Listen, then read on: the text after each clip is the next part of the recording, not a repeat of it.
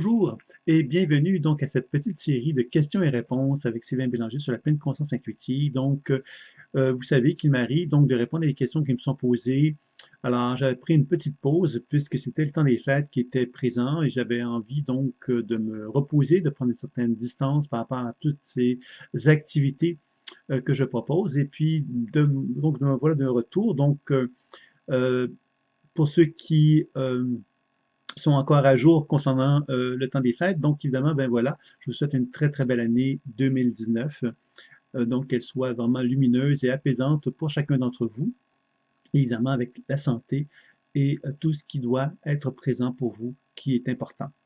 Donc, voilà. Alors, concernant donc les questions-réponses, alors il y a une personne qui m'a posé une question sur l'impact sur une personne et sur tout l'environnement quand une conjointe, elle vit avec un déséquilibre émotionnel.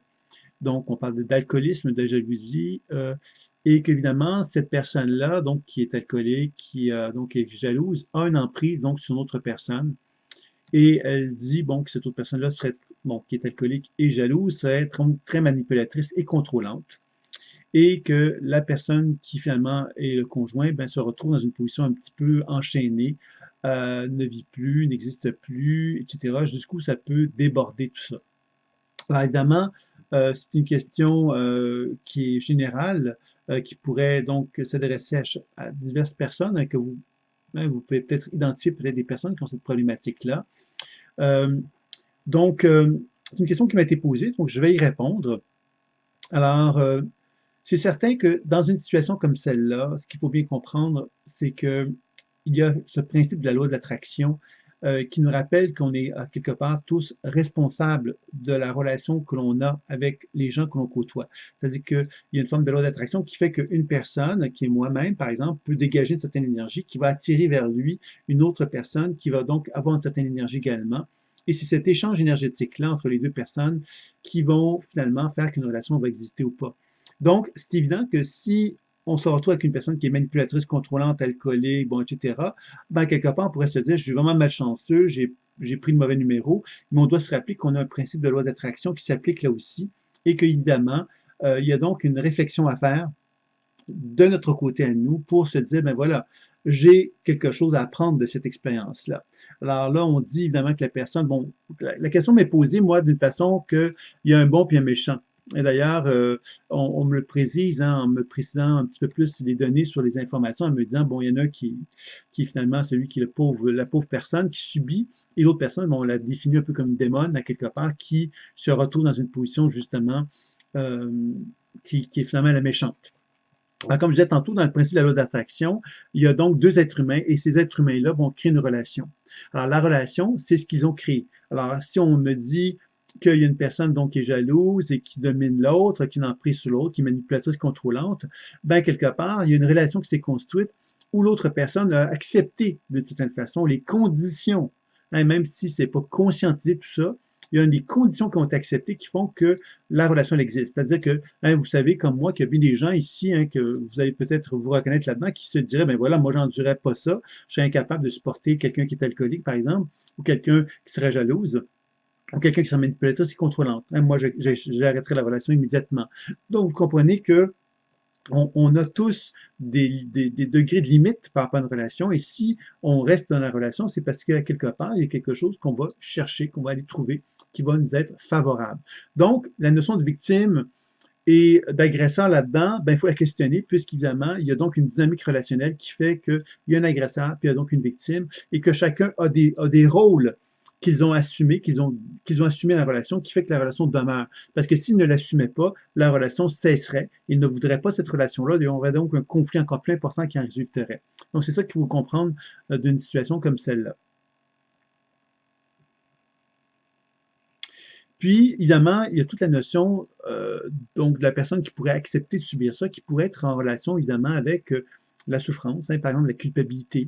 Je peux pas y faire ça, je peux pas faire ceci, je peux pas faire cela, parce que si je fais ça, ben quelque part, cette autre personne-là qui est dans la souffrance, hein, puisqu'elle est déjà alcoolique, elle est jalouse, elle peut être encore plus dans la souffrance.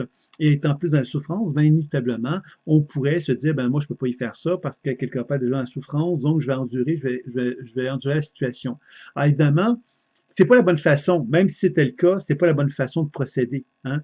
Euh, il faut comprendre ici que si moi, je veux à quelque part prendre le temps de réfléchir à vers quoi je m'en vais dans la relation avec cette personne-là, c'est quoi que je veux, c'est quoi que j'ai envie, ben je dois peut-être effectivement prendre le temps de discuter avec cette personne-là de la situation que je vis et de ce que je veux, ce que je ne veux pas, puis de lui tendre la main pour essayer effectivement d'arriver à une amélioration de la relation. Alors évidemment, si je reste dans la relation, c'est que j'ai des avantages, donc c'est important d'identifier ces avantages-là, puisque ce sont des avantages qui font que la relation mérite d'être reconnue comme étant positive, comme étant évolutive, que les gens vont apprécier, que les gens vont aimer, que les gens vont finalement constater quelque part qu'ils ont des atouts. Alors, c'est important de le rappeler, ça, parce que dans une relation comme celle dans la question qui me posait, on se dirait, mais merde, il y a un chanceux puis un malchanceux. La chanceux, hein, la chanceuse, c'est la personne qui est alcoolique, jalouse, qui domine l'autre, finalement, puis l'autre personne, ben, elle l'endure.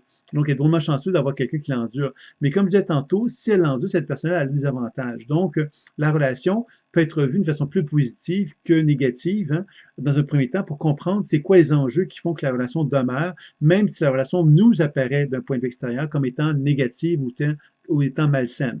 Et je pense que c'est là, quelque part, qu'on commence à comprendre que c'est trop facile de poser un regard de jugement dans une relation en rappelant simplement qu'il y a donc un bon puis un méchant.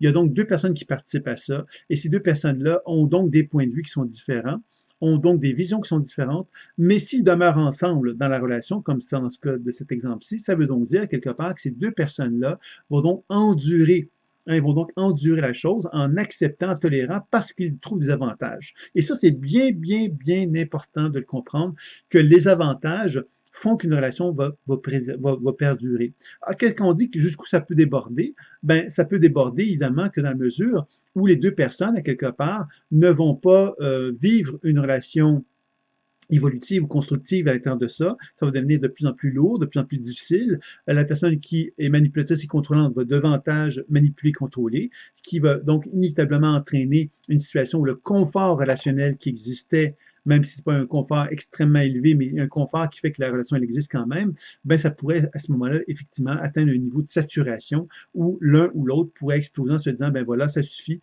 je ne suis plus capable d'endurer cela. Donc, c'est là, évidemment, que ça peut entraîner des choses comme ça. Puis, évidemment, ça pourrait entraîner bien des choses. Hein. Mais l'objectif, évidemment, c'est de comprendre que la notion de responsabilité nous ramène à se dire, ben moi, si j'assume que l'autre personne est plus importante que moi, puis c'est pour ça que je fais rien, parce que je veux pas la blesser, je veux pas lui faire du mal, parce qu'effectivement, bon, elle est alcoolique, jalouse, manipulatrice, contrôlante, et je veux pas, elle a beaucoup de souffrance, donc je veux pas lui faire du mal. Mais à ce moment-là, c'est moi à qui je fais du mal. Et c'est là, effectivement, que la notion de responsabilité doit être bien comprise. Je n'ai pas à subir quelque chose, mais si je l'accepte, ben quelque part, j'en deviens responsable. C'est-à-dire, je ne suis plus une victime, je suis quelqu'un qui assume, en quelque sorte, la relation. Donc, c'est un petit peu ça que j'avais envie de vous dire concernant cette petite question-réponse qui m'avait été posée. Alors, j'espère que ça vous a plu. Évidemment, c'est des commentaires ou même des questions que vous avez à me poser. N'hésitez pas à me le faire savoir par le biais donc de la diverses sources, que ce soit sur YouTube, sur Facebook ou ailleurs. Ben, vous pouvez me faire part de vos commentaires concernant cette question-réponse que j'avais envie de vous partager. Pour ceux qui veulent en savoir plus sur les activités que je fais, hein, je ne me suis peut-être pas présenté au départ, mais mon nom est Sylvain Bélanger, pour ceux qui ne me connaissent pas. Et évidemment, je fais des petites séries, je fais une petite série de questions et réponses régulièrement sur Facebook, sur YouTube, etc. Et vous pouvez donc découvrir les informations associées, les diverses conférences et questions-réponses que j'ai fait sur ma page YouTube, que je vais donc simplement inscrire à la fin du vidéo. Alors, vous avez simplement à faire Sylvain Bélanger ou faire Écoute Imaginaire, je pense. Vous pourrez tomber sur la page directement. Sinon, vous allez avoir l'adresse complète à la toute fin du vidéo. Alors, voilà. Donc, et vous avez évidemment le site de l'école, thérapie-intuitive.com, qui va vous faire découvrir vraiment l'ensemble des activités qui sont proposées. Le site est actuellement en train de se refaire, donc très bientôt. Donc, on est le 5 janvier, donc très bientôt, je dis au plus tard le 1er février, on devrait avoir un tout nouveau site dans lequel il y aura de nouvelles activités qui vont être présentées. Donc, je vous tiendrai au courant de cela de toute façon. Et évidemment, il y a des enseignements, si cela vous intéresse, que vous pouvez découvrir sur le site de la thérapie intuitive.com, bien évidemment. Et évidemment, donc, je vous invite à y jeter un coup d'œil si cela vous intéresse. Donc voilà, voilà. Alors, je vous souhaite encore une très, très belle année 2019 et je vous dis à très bientôt pour une prochaine question-réponse. Au revoir.